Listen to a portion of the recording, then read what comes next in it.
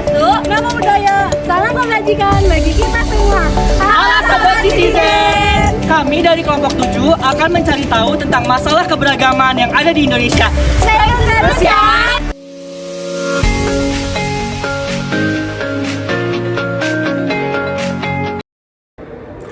Indonesia adalah negara yang kaya akan keberagaman agama dan budaya. Kemajemukan ini menjadi kekuatan bangsa jika dikelola dengan baik. Nah, warga negara memiliki peran penting dalam memperkenalkan keberagaman agama di Indonesia. Dengan memahami dan menghargai perbedaan, kita dapat menciptakan kehidupan yang harmonis dan damai.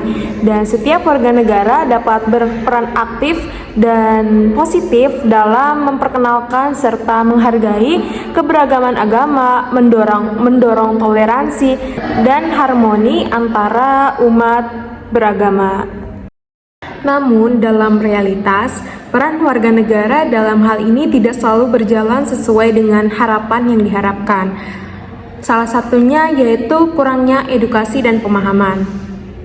Setiap warga negara memiliki pemahaman yang mendalam tentang berbagai agama yang ada di Indonesia dan pentingnya toleransi antar umat beragama.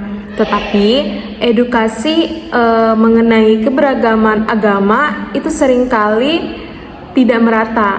Banyak warga negara yang kurang mendapat informasi yang cukup tentang agama-agama lain, sehingga menimbulkan prasangka dan stereotip, intoleransi antar pemeluk agama, fanatisme terhadap agamanya sendiri, dan kurangnya upaya dalam memperkenalkan keberagaman agama yang ada di Indonesia. Selanjutnya yaitu bagian dari identifikasi masalah. Nah, kelompok kita mengambil 4 dari identifikasi masalah. Yang pertama itu adanya stereotip dan prasangka negatif terhadap pemeluk agama lain. Lalu yang kedua, intoleransi yang menyebabkan konflik antar pemeluk agama. Lalu yang ketiga, fanatisme dalam beragama. Yang keempat, kurangnya upaya dalam memperkenalkan keragaman agama. Nah, adapun manfaatnya, yaitu dari manfaat teoritis itu sendiri, yaitu dapat memberikan pemahaman lebih akan keberagaman agama yang ada di Indonesia kepada penonton ataupun kami yang membuat video. Sedangkan manfaat praktis, yang pertama dapat menciptakan kehidupan yang harmonis dan damai di tengah keberagaman. Lalu yang kedua dapat meningkatkan rasa persatuan dan kesatuan antar umat beragama. Lalu yang ketiga dapat mengurangi potensi konflik dan perpecahan akibat perbedaan agama. Dan yang keempat dapat memperkaya wawasan dan pengetahuan tentang agama-agama di Indonesia. Saya akan memaparkan identifikasi masalah. Yang pertama, adanya stereotip dan prasangka negatif terhadap pemeluk agama lain. Tujuan dari pembahasan ini yaitu mengurangi adanya stereotip dan prasangka negatif terhadap pemeluk agama lain. Negara Kesatuan Republik Indonesia adalah negara kepulauan yang terdiri atas lebih dari 17.000 pulau. Sebagai konsekuensi dari bentuk negara kepulauan tersebut, terdapat beragam suku atau etnis di Indonesia. Keberagaman suku tersebut menimbulkan fenomena sosial yang menarik, yaitu timbulnya keberagaman budaya yang tercermin dalam bahasa, struktur sosial, struktur ekonomi, norma-norma, gaya interaksi sosial, pemikiran, maupun agama yang berbeda-beda. Ini menurut Fathur Rahman pada tahun 1993. Mengenai keberagaman agama, dalam Undang-Undang Negara Republik Indonesia tahun 1945 pasal 29 yang berbunyi, yang pertama itu negara berdasar atas ketuhanan yang Maha Esa. Lalu yang kedua, negara menjamin kemerdekaan tiap-tiap penduduk untuk memeluk agamanya masing-masing dan untuk beribadat menurut agama dan kepercayaannya itu. Nah, ini berarti bahwa kebebasan beragama dijamin oleh Undang-Undang Dasar. Namun demikian, dengan kenyataannya, hubungan antar umat beragama di Indonesia itu tidak selalu mesra. Berbagai konflik berlatar belakang prasangka agama marak mewarnai kehidupan masyarakat di Indonesia. Sebagai contoh kasus, kerusuhan di Flores pada tahun 1995, terjadi pencemaran hosti di Maumere. Nah, jadi ceritanya pada waktu itu seorang pemuda dari luar Pulau Flores masuk ke dalam suatu gereja yang diajak oleh teman-temannya yang beragama Katolik. Nah, pemuda itu ikut dalam komuni hosti. Namun atas kesalahpahaman, ia tidak memakan roti hosti tersebut dan justru meremasnya. Nah, peristiwa itu memicu amarah umat Katolik setempat dan peristiwa itu disalahgunakan dengan mengembangkan bahwa Islam itu telah menghina peristiwa hosti tersebut. Kerusuhan antar umat pun tak terhindarkan. Nah, jadi kesimpulannya, prasangka itu merupakan penilaian yang cenderung negatif terhadap individu atau kelompok yang berbeda. Pada masyarakat Indonesia yang penuh dengan keanekaragaman, prasangka akan sangat potensial untuk meluas menjadi masalah serius bagi keutuhan negara ini. Prasangka dapat muncul dari berbagai sebab. Misalnya perebutan sumber daya, orientasi dominasi sosial, sifat otoriter, identitas sosial, maupun agama. Nah, faktor agama yang disebutkan sebagai penyebab prasangka menarik untuk diteliti, mengingat ajaran setiap agama justru mempromosikan nilai-nilai kebaikan dan kemuliaan, termasuk tidak memiliki prasangka negatif terhadap sesama manusia. Itu menurut Putra dan Wong Karen pada tahun 2010. Mengenai identifikasi masalah yang selanjutnya akan dipaparkan oleh teman saya. Terima kasih. Di sini saya akan menjelaskan intoleransi yang menyebabkan konflik antar pemeluk agama. Adapun tujuannya menumbuhkan sikap toleransi dan menghargai antara pemeluk agama lain. Nah, itu untuk menciptakan masyarakat yang inklusif, damai, dan juga harmonis. Kenapa? Karena dengan memperkuat sikap toleransi, individu juga akan lebih mudah untuk menerima perbedaan keyakinan dan praktik keagamaan orang lain tanpa menghakimi atau merendahkan nilainya. Dengan melalui sikap toleransi dan penghargaan terhadap pemeluk agama lain, masyarakat dapat membangun hubungan yang saling menghormati, saling mendukung, dan juga saling memahami. Karena halnya akan membantu dalam memperkuat kerukunan antar umat beragama, mengurangi potensi politik dan intoleransi, serta menciptakan lingkungan yang kondusif bagi kerjasama lintas agama dalam membangun masyarakat berkeadilan dan beragama. Intoleransi yang menyebabkan konflik antar pemeluk agama itu berasal dari berbagai faktor. Salah satunya ada eksklusivitas dari pemimpin dan penganut agama, yang dimana kelompok tertentu merasa bahwa agama yang mereka anut adalah agama yang paling benar dibandingkan dengan agama yang lain. Dengan hal ini dapat mengarah pada sikap ketidakmampuan untuk menghormati keyakinan orang lain, sehingga memicu konflik antar agama. Nah, yang kedua, munculnya fundamentalisme agama yang menjadi faktor yang memperkuat intoleransi.